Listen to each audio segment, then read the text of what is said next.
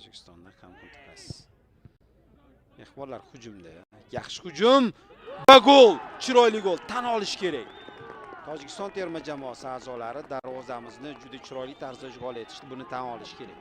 Taymga qo'shib berilgan daqiqalarning ikkinchisida ular hisobni qisqartirdi.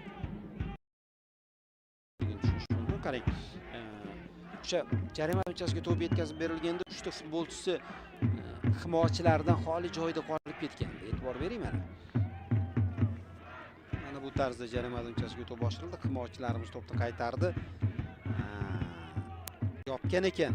Bu tomondagi o'yinchilar qolib ketdi, lekin hujumda to'p uchun kurashayotgan futbolchini yopmasa-da qolgan o'yinchilar yopib turgandi himoyachilarimiz. Aynan zarba hududiga chiqib borgan tojikistonlik futbolchi bu yerda to'pni o'ziga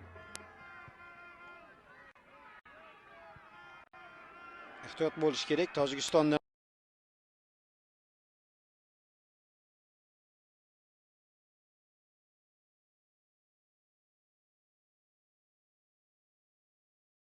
o'sha mintaqaviy turnir va u yerda final uchun reglamentni alohida taqdim etishgan tashkilotchilar va Tojikiston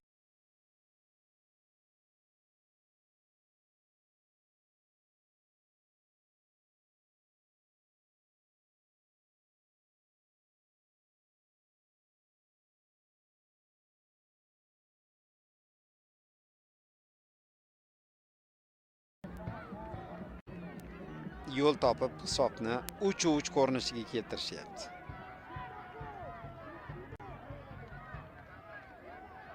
Mana shunday davom etyapti o'yin do'stlar.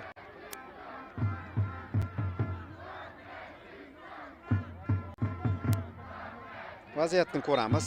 Jarima maydonchasiga mana bu Odilzod